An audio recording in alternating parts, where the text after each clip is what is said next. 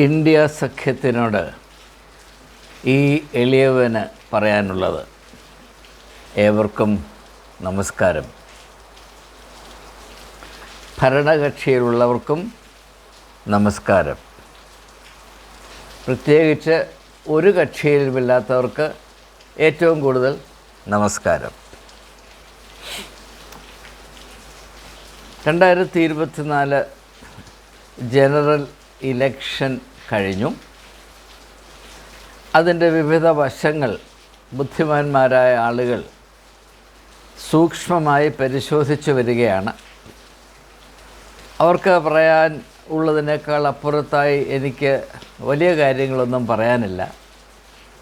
എന്നാൽ അധികം ആളുകൾ പറയാൻ കൂട്ടാക്കാത്ത ചെറിയ ചെറിയ കാര്യങ്ങളാണ് എനിക്ക് നിങ്ങളുമായി ചേർന്ന് ചിന്തിക്കുവാനുള്ളത്. കാരണം ജീവിതം എന്നെ പഠിപ്പിച്ച ഒരു ചെറിയ പക്ഷേ ആത്യന്തികമായ സത്യമുണ്ട്.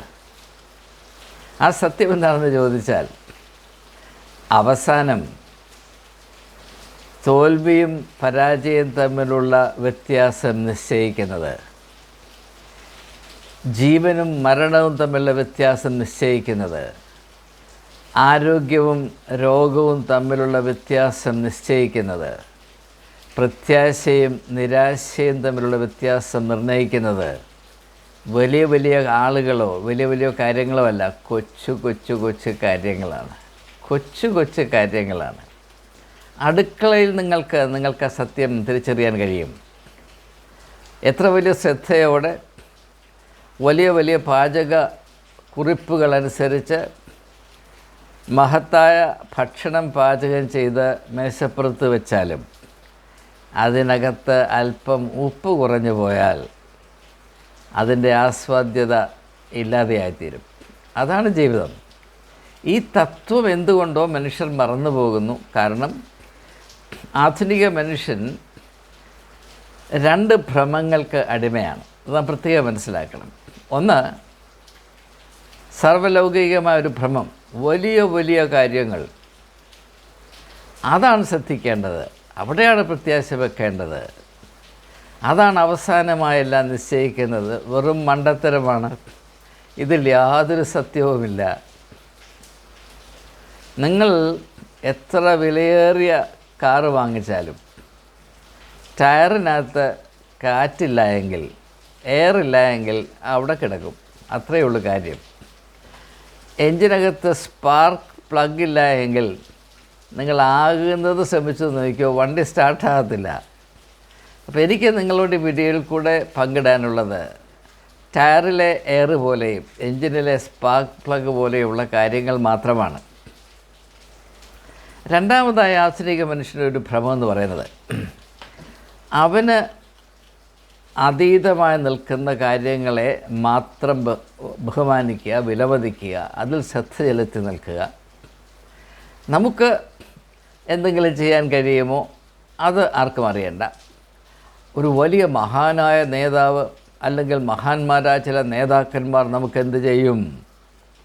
പ്രിയമുള്ളവരെ, ഒരു ലളിത സത്യം ഞാൻ പറയട്ടെ. കുഞ്ഞുങ്ങൾക്ക് പോലും അറിയാവുന്ന സത്യം.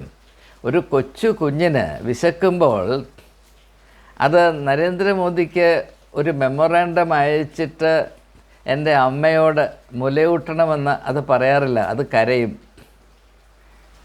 എൻ്റെ ആവശ്യത്തിന് വേണ്ടി ഞാൻ കരയണമെന്നറിയാനുള്ള ഒരു സ്വതസിദ്ധമായ ബുദ്ധി 2 ആഴ്ച 2 ദിവസം പ്രായമുള്ള ഒരു പൈതലിനുണ്ട്. ആ ബുദ്ധി പ്രാപിക്കാൻ കഴിഞ്ഞാൽ നാം രക്ഷപ്പെടും, നമ്മുടെ രാജ്യവും രക്ഷപ്പെടും. ഇങ്ങനെയുള്ള കാര്യങ്ങൾ അവഗണിക്കപ്പെട്ട് കിടക്കുന്നത് കൊണ്ടാണ് ഭാരതം അപകടത്തിൻ്റെ വക്കിലായത്.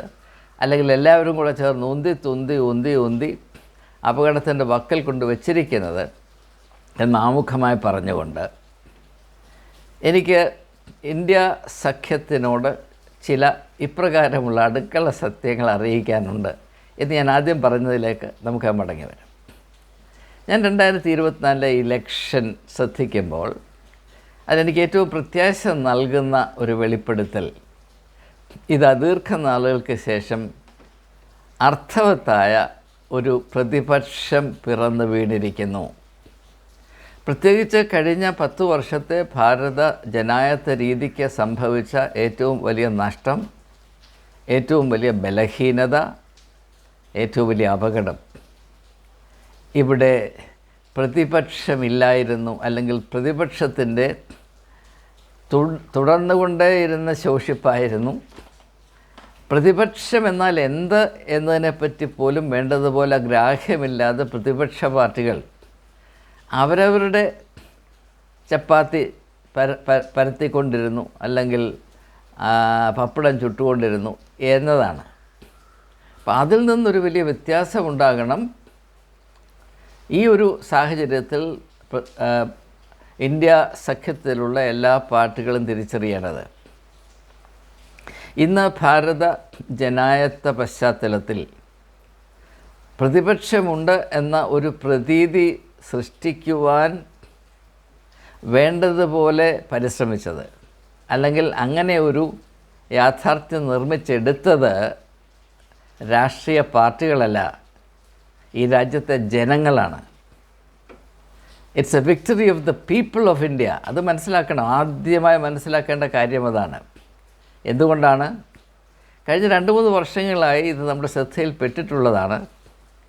ജനങ്ങൾക്ക് പ്രതിപക്ഷ പാർട്ടികളിലുള്ള വിശ്വാസവും ആശ്രയവും കുറയും തോറും അവരുടെ ക്ഷേമത്തിൻ്റെ ചുമതല അവരുടെ തോളിൽ ഏറ്റെടുക്കുകയാണ്.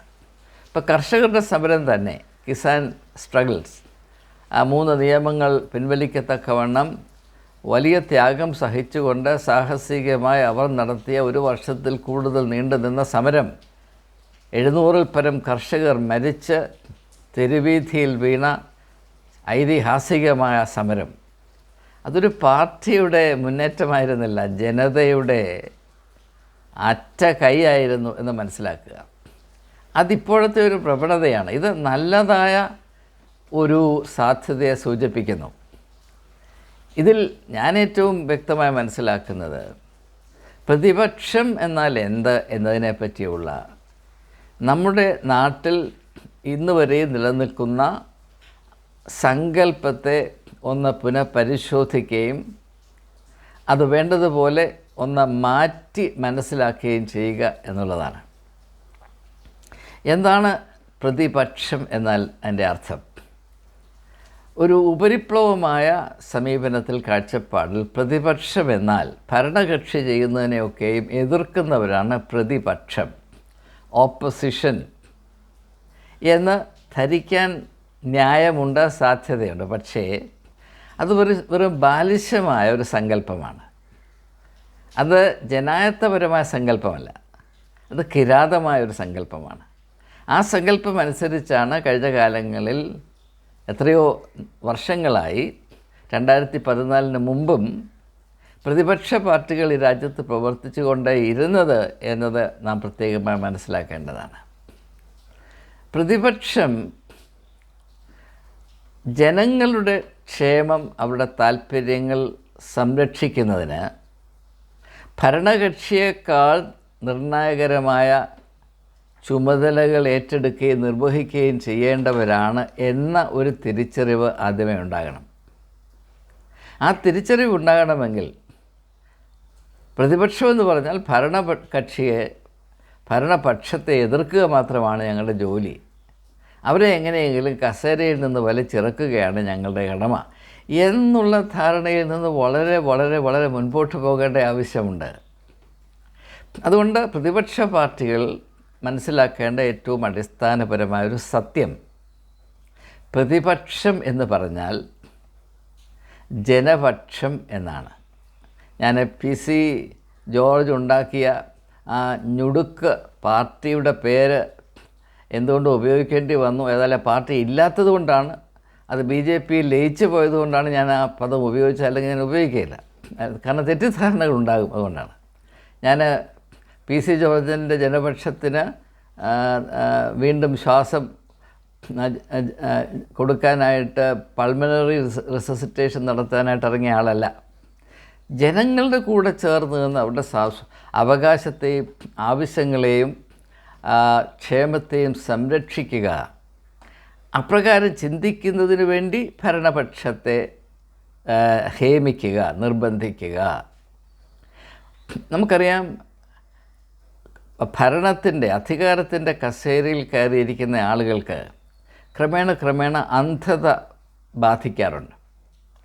അവർ ജനങ്ങളുടെ വോട്ട് പിടിച്ചാണ് കസേരയിൽ കയറിയിരിക്കുന്നതെങ്കിലും കസേര അവരുടെ മനുഷ്യത്വത്തെ നശിപ്പിക്കാൻ സാധ്യതയുള്ള ഒരു രോഗമായതുകൊണ്ട് അവർ ക്രമേണ ഏറെ താമസിയാതെ തന്നെ ജനങ്ങൾ ഉണ്ടോ എന്ന് പോലും മറന്നിട്ട് മറ്റെന്തിൻ്റെയോ പുറകെ, ഭാരതത്തിൻ്റെ പശ്ചാത്തലത്തിൽ പറഞ്ഞാൽ കോടീശ്വരന്മാരായ ചില ആളുകളുടെ വിടുവേല ചെയ്യുക മാത്രമാണ് ഞങ്ങളുടെ കടമ എന്ന വിധത്തിൽ ഒരു സർക്കാർ പ്രവർത്തിക്കാൻ സാധ്യതയുണ്ട്. അത് സ്വാഭാവികമാണ്, ഞാൻ ആരെയും കുറ്റം പറയുന്നില്ല. പക്ഷേ അങ്ങനെ സംഭവിക്കുവാൻ ഇടയാക്കുന്നത് പ്രതിപക്ഷമെന്ന് പറയുന്ന ആളുകൾ അല്ലെങ്കിൽ പാർട്ടികൾ അവർ ചെയ്യേണ്ട കടമകൾ എപ്രകാരമാണ് നിർവഹിക്കേണ്ടത്, അവരെടുക്കേണ്ട നിലപാടുകൾ എന്താണ്, അവർ ഉപയോഗിക്കേണ്ട തന്ത്രങ്ങൾ എന്താണ്, എല്ലാറ്റിനുമുപരിയായി ജനങ്ങളുമായി ചേർന്ന് നിന്നുകൊണ്ട് ജനങ്ങളോടുള്ള ഒരു പാർട്ട്ണർഷിപ്പ്, ഹിന്ദിയിൽ ഭാഗിദാരി എന്ന് പറയും, ഭാഗിർദാരി, പാർട്ട്ണർഷിപ്പ്, പങ്കാളിത്തം, അതായത് പ്രതിപക്ഷ ജന പങ്കാളിത്തം, പ്രതിപക്ഷ പങ്കാളിത്തം, അതിൻ്റെ ആവശ്യം ഭാരതത്തിൽ വളരെയധികം ഉണ്ട് എന്നതാണ് 2024 ഇലക്ഷൻ അതിൻ്റെ റിസൾട്ട് നമ്മെ വളരെ വ്യക്തമായും ഉച്ച സ്വരത്തിലും വിളിച്ച് അറിയിക്കുന്നത്. അതുകൊണ്ട് പ്രതിപക്ഷ പാർട്ടികളുടെ ഇനി അങ്ങോട്ടുള്ള പ്രവർത്തന രീതികൾ, അവരുടെ റോൾ, അവരുടെ പ്രസക്തി, റെലവൻസ്, അവരുടെ കടമ എന്തായിരിക്കണം? To be a guardian of the welfare of the people. അതിൽ അമ്പയെ പരാജയപ്പെട്ടതുകൊണ്ടാണ് മോദി ഈ ഭാരതത്തിലെ 145 കോടി ആളുകളുടെയും രക്ഷകനാണ്, മെസ്സയാണ്, ദൈവമാണ് എന്ന തികച്ചും അപഹാസ്യമായ ഒരാശയം, ഒരു മതസങ്കല്പം പോലെ ജനങ്ങളുടെ ഹൃദയത്തിൽ സ്ഥാപിക്കാനുള്ള സംഘടിതമായ ശ്രമം നടന്നത്. ഈ രാജ്യത്ത് അർത്ഥവത്തായി പ്രവർത്തിക്കുന്ന, ചുമതലബോധമുള്ള, ഇഫക്റ്റീവായി പ്രവർത്തിക്കുന്ന പ്രതിപക്ഷമുണ്ടായിരുന്നുവെങ്കിൽ ഇപ്രകാരമുള്ള ഒരു മിഥ്യാലോകത്തിലേക്ക് നരേന്ദ്രമോദി പോകുമായിരുന്നില്ല. എൻ്റെ തെളിവെന്താണ് ഞാൻ പറഞ്ഞുതരാം. ഈ കഴിഞ്ഞ 2 ദിവസങ്ങളിലായി ഡൽഹിയിൽ നടന്നിട്ടുള്ള മീറ്റിങ്ങുകൾ നിങ്ങൾ ശ്രദ്ധിച്ചിട്ടുണ്ടെങ്കിൽ അദ്ദേഹത്തിൽ വന്ന മാറ്റങ്ങൾ അത്ഭുതാവഹമാണ്. മോദിയുടെ ഗ്യാരണ്ടി, മോദിക്ക ഗ്യാരണ്ടി എല്ലാം പോയി. പണ്ടൊക്കെ ചെറുപ്പത്തിൽ ഞാൻ വല്ലപ്പോഴും ഒക്കെ എൻ്റെ ഒരു അമ്മാച്ചനുണ്ടായിരുന്നു, ജോൺസൺ എന്നായിരുന്നു പേര്. അപ്പോൾ അദ്ദേഹത്തിന് സിനിമ വലിയ താല്പര്യമാണ്. അപ്പോൾ വല്ലപ്പോഴും ഒക്കെ 2 മാസത്തിലൊരിക്കലൊക്കെ, അന്ന് ഞാൻ വളരെ ചെറുപ്പമാണ്, എന്നെയും കൊണ്ട് പോവും. അപ്പോൾ അന്ന് എനിക്ക് സിനിമയൊന്നും അറിയില്ല. ഒരു കാര്യം എൻ്റെ ശ്രദ്ധയിൽപ്പെടുന്നത്, ഈ സിനിമയുടെ ഇൻ്റർവെല്ലാകുമ്പോൾ ഒരു 3-4 കുട്ടികൾ, പാവപ്പെട്ട കുട്ടികൾ, കപ്പലണ്ടി കടലപ്പുരി തൂക്കിയടി, കപ്പലണ്ടി കടല തൂക്കി എന്ന് പറഞ്ഞ് നടക്കും. അപ്പോൾ ഈ മോദിയുടെ ഗ്യാരണ്ടി എന്ന് പറയുമ്പോൾ ഞാൻ ചെറുപ്പത്തിൽ കേട്ട കപ്പലണ്ടി എന്നാണ് എൻ്റെ മനസ്സിൽ വരുന്നത്. അതെൻ്റെ ഒരു ബലഹീനതയാണ്, നിങ്ങളതങ്ങ് ഉപേക്ഷിച്ച് കളാം. ഞാൻ പറഞ്ഞു വന്നത്, അതിന് മോദിയുടെ ഗ്യാരണ്ടി എൻ്റെ ചെറുപ്പത്തിലെ കപ്പലണ്ടി പോലെ പോയി. ഇപ്പോൾ ആരും അതിനെപ്പറ്റി ഒന്നും പറയുന്നില്ല. ഇപ്പോൾ NDA ആദ്യമായിട്ട്, ഇത് പ്രീപോൾ അലയൻസ് ഒക്കെ ആണെന്ന് പറഞ്ഞാലും NDA എന്നൊരു ശബ്ദം ജൂൺ 4 മുൻപ് കേട്ടിട്ടേ ഇല്ല. അത് പ്രത്യേകതയുള്ളതാണ്. പക്ഷേ എന്തുകൊണ്ടാണ് ഈ സഖ്യത്തിൽ പെട്ടിരിക്കുന്ന പാർട്ടികൾക്ക് ഇത് ശ്രദ്ധിക്കാൻ, തിരിച്ചറിയുവാൻ ഇത്ര പേടി, ഇത്ര ഭയം എന്ന് അവരോട് ചോദിച്ചാൽ മാത്രമേ അറിയാൻ സാധ്യമാകുകയുള്ളൂ. അപ്പോൾ ജനങ്ങളുടെ ക്ഷേമത്തിൻ്റെ സംരക്ഷകരായി ചുമതലബോധത്തോടെ, അച്ചടക്കത്തോടെ, പരസ്പര സഹകരണത്തിൽ പ്രവർത്തിക്കുക എന്നതാണ് ഈ നാട്ടിലെ ജനം ഇന്ത്യ സഖ്യത്തിൽ നിന്ന് ഏറ്റവും പ്രാഥമികമായി പ്രതീക്ഷിക്കുന്നത് എന്നതാണ് എനിക്ക് അവരോട് പറയാനുള്ളത്. ഇത് 2014 മോദിക്ക് അറിയാമായിരുന്നു. പക്ഷേ അറിവ് അദ്ദേഹത്തിൽ നിന്ന് നഷ്ടം വന്നുപോയി. കാരണം അധികാരഭ്രമത്തിൽ അങ്ങനെ നഷ്ടങ്ങൾ സംഭവിക്കും. അദ്ദേഹം അന്ന് സ്വയത്തെ ഈ രാജ്യത്തിലെ ജനതയ്ക്ക് പരിചയപ്പെടുത്തി കൊടുത്തത്, Modi introduced himself to the people of India as the chowkidar of their welfare. ഞാൻ നിങ്ങളുടെ ക്ഷേമത്തിൻ്റെ ചൗക്കീദാറായിരിക്കും എന്ന് പറഞ്ഞാണ് മോദി കസേരയിൽ കയറിയതെന്ന് മറന്നു പോകരുത്. കാരണം ജനങ്ങൾക്ക് അപ്രകാരം ഒരു ആശ്വാസത്തിൻ്റെ ആവശ്യമുണ്ട്. മോദി അത് ഒരു ശബ്ദമായി പ്രയോഗിച്ച് അതിൻ്റെ മായാജാലത്തിൽ കോടിക്കണക്കിന് ആളുകളെ പെടുത്തി അതിൻ്റെ ഫലം നന്നേ കൊയ്തെടുത്തു. എന്നാൽ ആ ഒരു ആവശ്യം അതുകൊണ്ട് അസ്ഥാനത്താകുന്നില്ല. അത് അപൂർണമായി ഉപേക്ഷിക്കപ്പെട്ട് അവിടെ സ്ഥിതി ചെയ്യുന്നുണ്ട്. അത് ഏറ്റെടുക്കുവാൻ പ്രതിപക്ഷ പാർട്ടികൾ തയ്യാറാകണം. അവിടെ ചിന്താഗതിയിൽ കാര്യമായ മാറ്റം വരാതെ ഇന്ത്യ സഖ്യത്തിന് ഇപ്പോൾ അവർക്ക് ഭാരതത്തിലെ ജനം നൽകിയിരിക്കുന്ന ഈ പുതിയ ഒരു അടിത്തറയില്ലേ, ഫൗണ്ടേഷനില്ലേ, അതിലെന്തെങ്കിലും അർത്ഥവത്തായ ഒരു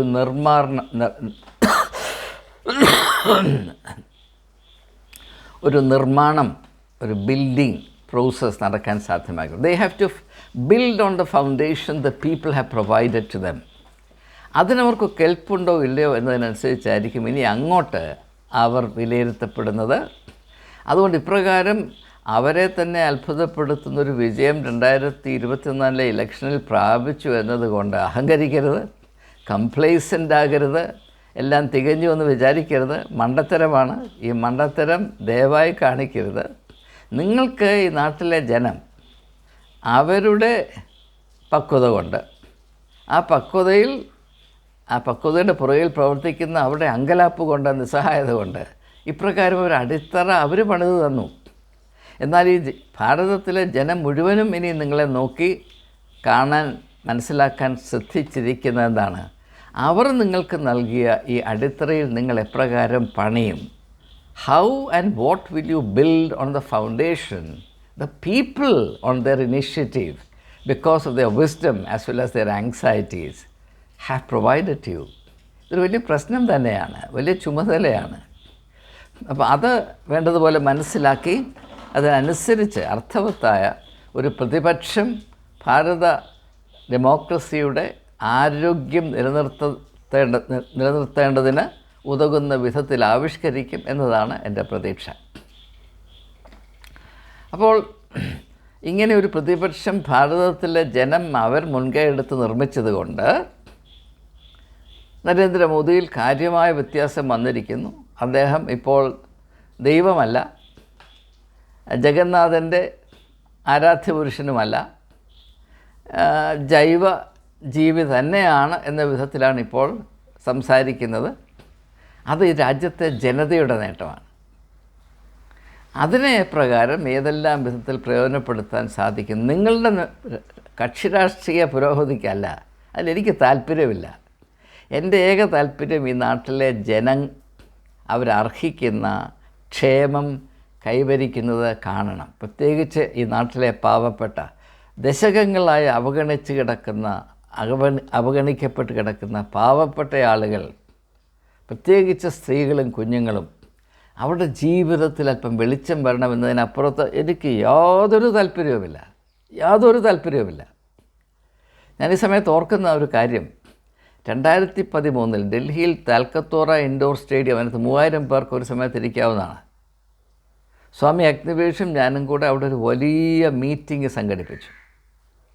അതിൻ്റെ ഒരേ ഒരർത്ഥം, എനിക്ക് ആകെപ്പാടെ ഉണ്ടായിരുന്ന താല്പര്യം എന്തായിരുന്നു?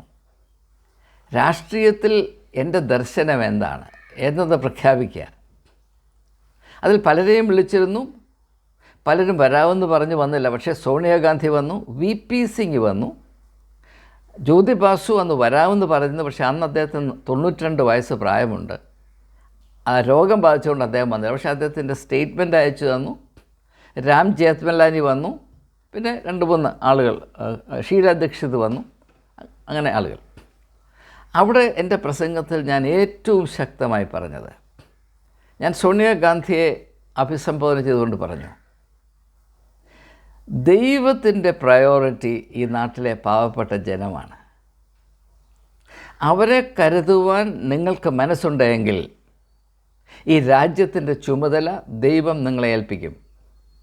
പക്ഷേ നിങ്ങൾ എപ്പോൾ അവരെ മറന്നു കളയുന്നുവോ അന്ന് അത് അവസാനിക്കും.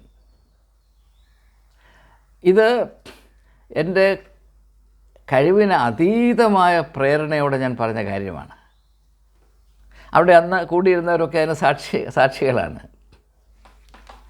അതിനുശേഷം ഒരു സന്ദർഭത്തിൽ ഞാൻ സോണിയാഗാന്ധിയെ കാണുമ്പോൾ അവർ ഇത് ഉദ്ധരിച്ചിട്ട് എന്നോട് പറഞ്ഞു, Father Thampu, I understand your pain and your commitment to the poor. ഞാനതിനെ മാനിക്കും. ഞങ്ങൾക്ക് അവസരം കിട്ടിയാൽ എന്നെക്കൊണ്ടാകുന്നത് മുഴുവനും ഈ രാജ്യത്തിലെ പാവപ്പെട്ടവർക്ക് വേണ്ടി ഞാൻ ചെയ്തിരിക്കും എന്ന് അവർ പറഞ്ഞു. അങ്ങനെയാണ് UPA 1 നാഷണൽ അഡ്വൈസറി കൗൺസിൽ ഉണ്ടായത് എന്നാണ് ഞാൻ വിശ്വസിക്കുന്നത്. പ്രോ പുവർ, പാവപ്പെട്ടവർക്ക് നന്മ വരുന്ന ആ ചിന്തകൾ സോണിയാഗാന്ധിയിൽ നിന്നാണ് ഉണ്ടായത്. അവർ യഥാർത്ഥത്തിൽ പാവപ്പെട്ടവരെ സ്നേഹിക്കുകയും കരുതുകയും ചെയ്യുന്ന വ്യക്തിയാണ് എന്ന് ഞാൻ പറയുമ്പോൾ സംഘപരിവാറിൻ്റെ സൈബർ ഗുണ്ടാസ് എന്നെ ആക്രമിക്കും. കാരണം അവർക്ക് പാവപ്പെട്ടവർ എന്ന വാക്ക് കേട്ടാൽ അലർജിയാണ്. അവർക്ക് നന്മ വരുന്നു എന്ന് പറഞ്ഞാൽ പേടിയാണ്. പാവപ്പെട്ടവരുടെ കുട്ടികൾക്ക് വിദ്യാഭ്യാസം ലഭിക്കുന്നു, ഉന്നത വിദ്യാഭ്യാസം ലഭിക്കുന്നു എന്ന് പറഞ്ഞാൽ പിന്നെ സഹിക്കത്തില്ല. എന്തുകൊണ്ടാണ് നമ്മുടെ നാട്ടിൽ വിദ്യാഭ്യാസം അവഗണിക്കപ്പെട്ട് കിടക്കുന്നത്? അതൊരു മറ്റൊരു വിഷയമാണ്.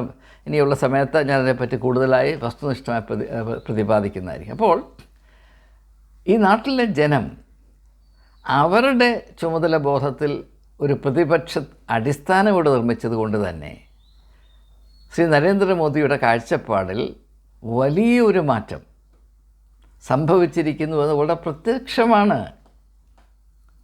അപ്പോൾ നാളിതുവരെ ശ്രീ നരേന്ദ്രമോദി അജയ്യനാണ്, അദ്ദേഹം ദൈവമാണ് എന്നൊക്കെയുള്ളൊരു സാഹചര്യം സൃഷ്ടിച്ചു വെക്കുന്നതിൽ ഭാരതത്തിലുണ്ടായിരുന്ന പ്രതിപക്ഷ പാർട്ടികളുടെ അനാസ്ഥ, കഴിവുകേട്, പിടിപ്പുകേടാണ് അതിൻ്റെ ഏറ്റവും പ്രധാനപ്പെട്ട ഘടകമെന്ന് ഇപ്പോൾ 100% വെളിപ്പെട്ടു വന്നിരിക്കുകയാണ്.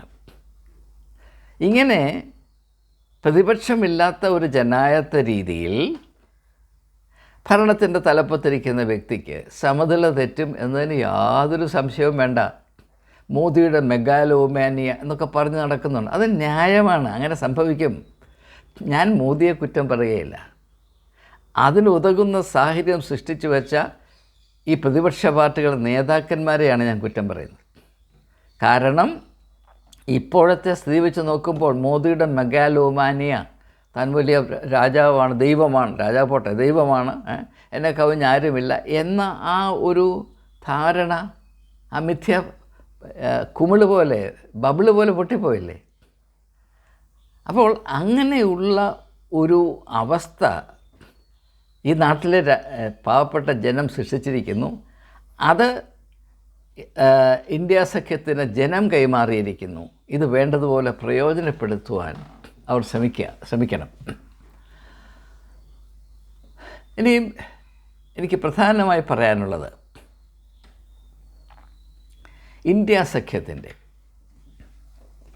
ഇനിയുള്ള 5 വർഷത്തെ ഏറ്റവും പ്രധാനപ്പെട്ട അജണ്ട എന്തായിരിക്കണം, അത് പറഞ്ഞിട്ട് ഞാൻ ഈ വീഡിയോ നടത്തും.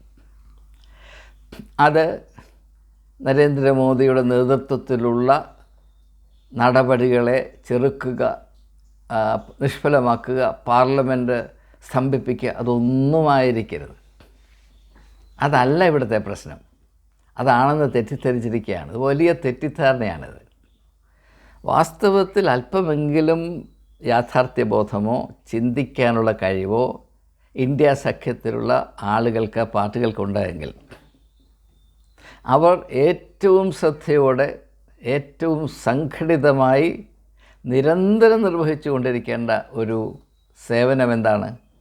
ഈ രാജ്യത്തെ ജനതയെ അസത്യത്തിൻ്റെ ആക്രമണത്തിൽ നിന്ന് സംരക്ഷിക്കുക.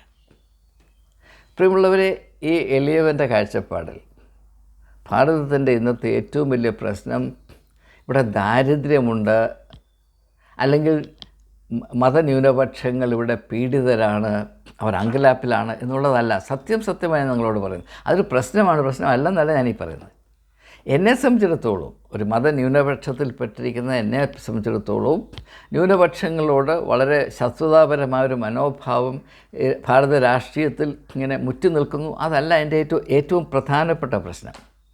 എൻ്റെ ഏറ്റവും പ്രധാനപ്പെട്ട പ്രശ്നം ഭാരത രാഷ്ട്രീയത്തിൽ ഇന്ന് കൊടികുത്തി വാഴുന്നത് അസത്യമാണ് എന്നതാണ്.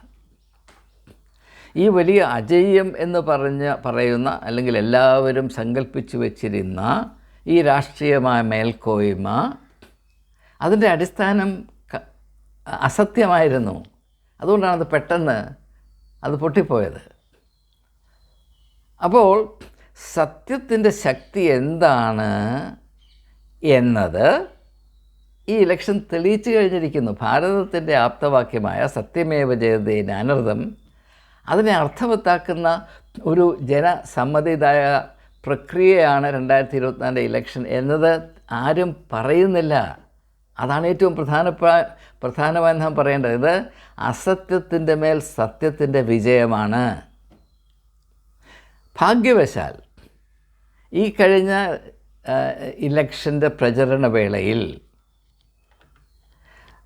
പല വ്യക്തികളും, പ്രത്യേകിച്ച് രാഹുൽ ഗാന്ധി, കൻഹയ്യ കുമാർ, ഇങ്ങനെയുള്ള ആളുകൾ, അവർ മാത്രമല്ല മറ്റു പലരും, അസത്യത്തെ തിരിച്ചറിയത്തക്കവണ്ണം ജനങ്ങളോട് സംവാദിച്ചു എന്നത് വളരെ ശ്രദ്ധേയമായ ഒരു പ്രതിഭാസമായിട്ടാണ് ഞാൻ വിലമതിക്കുന്നത്. ഇനിയും തുടരേണ്ട ദൗത്യവും അത് തന്നെയാണ്. നിങ്ങൾ ചരിത്രബോധമുള്ളവരായതുകൊണ്ട് ഇത് പെട്ടെന്ന് മനസ്സിലാകും. ചരിത്രത്തിൽ എപ്പോഴെങ്കിലും ആരെങ്കിലും എവിടെയെങ്കിലും അസത്യത്തിൻ്റെ ആസിഡ് മഴ ജനങ്ങളുടെ മേൽ പെയ്യിച്ചിട്ടുണ്ടെങ്കിൽ അവരെ അടിമകളാക്കാൻ വേണ്ടി മാത്രമാണ്.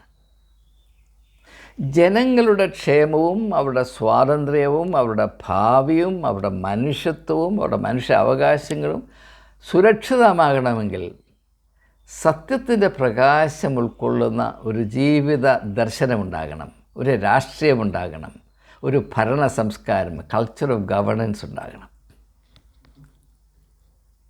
നമുക്ക് സ്വാതന്ത്ര്യം നേടിത്തന്ന മഹാത്മാഗാന്ധി, രാഷ്ട്രപിതാവായ മഹാത്മാഗാന്ധി, അദ്ദേഹത്തിൻ്റെ ജീവിതത്തിൻ്റെ ആകെത്തുക ഒറ്റ വാക്കിൽ നമുക്ക് മനസ്സിലാക്കാൻ കഴിയും: സത്യം. സത്യം സത്യം കൊണ്ട് മാത്രമേ ഒരു ജനതയ്ക്ക് സ്വാതന്ത്ര്യത്തിൻ്റെ യോഗ്യത പ്രാപിപ്പാൻ കഴിയുകയുള്ളൂ. അസത്യം കൊണ്ടാണ് നാം ഭിന്നിച്ചു പോയത്, ഇവിടെ ഐക്യമില്ലാതെ പോയത്. ഈ നാടിനെ ബാഹ്യശക്തികൾക്ക് ഒറ്റിക്കൊടുത്തത് നമ്മുടെ ആളുകൾ തന്നെയാണ്. അങ്ങനെ ചെയ്തത് സത്യത്തെ ഉപേക്ഷിച്ച്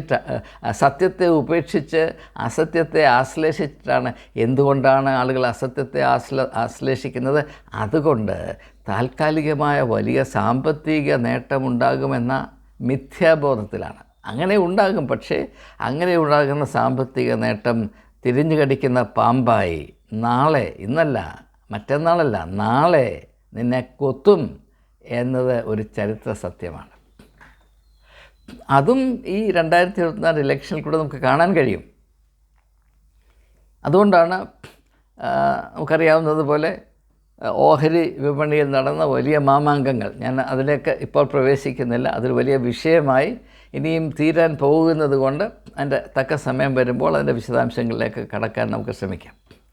അപ്പോൾ എനിക്ക് ഇന്ത്യ സഖ്യത്തിലുള്ള ഓരോ വ്യക്തികളോടും നേതാക്കന്മാരോടും പാർട്ടികളോടും ഓരോ വ്യക്തികളോടും അപേക്ഷിക്കാനുള്ളത്, ഞാൻ എൻ്റെ തോതിൽ ഒരു ഏകനായ വയസ്സനായ വ്യക്തി എന്ന നിലയിൽ ഞാൻ നിർവഹിച്ചുകൊണ്ടിരിക്കുന്ന ദൗത്യം മതമേഖലയിലും രാഷ്ട്രീയത്തിലും ഞാൻ അറിയുന്ന സത്യത്തെ നിർവികാരനായി സാക്ഷീകരിക്കുക എന്നത് മാത്രമാണ്.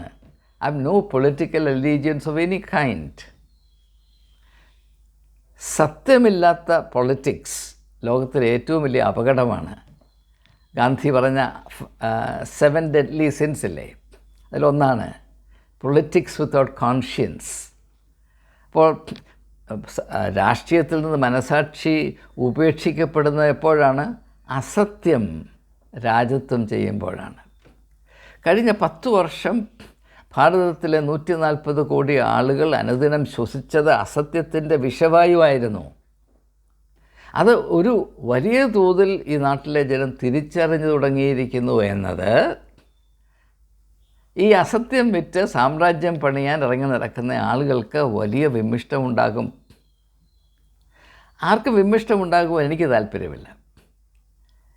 എന്നെ സംബന്ധിച്ചിടത്തോളം ഞാൻ കണ്ണുമടച്ച് വിശ്വസിക്കുന്ന ഒരു പ്രമാണം, ഒരു രാജ്യത്തിന് പുരോഗതി ഉണ്ടാകണമെങ്കിൽ, ഒരു ജനത സ്വാതന്ത്ര്യത്തിൻ്റെ നല്ല വായു ശ്വസിക്കണമെങ്കിൽ, ഒരു സമൂഹത്തിൽ ഐക്യം നിലനിൽക്കണമെങ്കിൽ, എല്ലാവരുടെയും മനുഷ്യ അന്തസ്സ് മാനിക്കപ്പെടണമെങ്കിൽ അവിടെ സത്യം മാനിക്കപ്പെടണം, സത്യം എടുത്തുപിടിക്കണം, അസത്യത്തിന് ഇടമുണ്ടാകരുത്.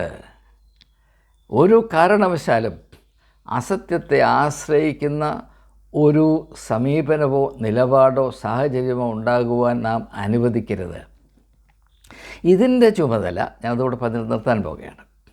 രാഷ്ട്രീയ പാർട്ടികൾക്ക് മാത്രമല്ല, ഭരണകക്ഷിയിൽ നിന്ന് സത്യം നിങ്ങൾ ഒരിക്കലും പ്രതീക്ഷിക്കരുത്.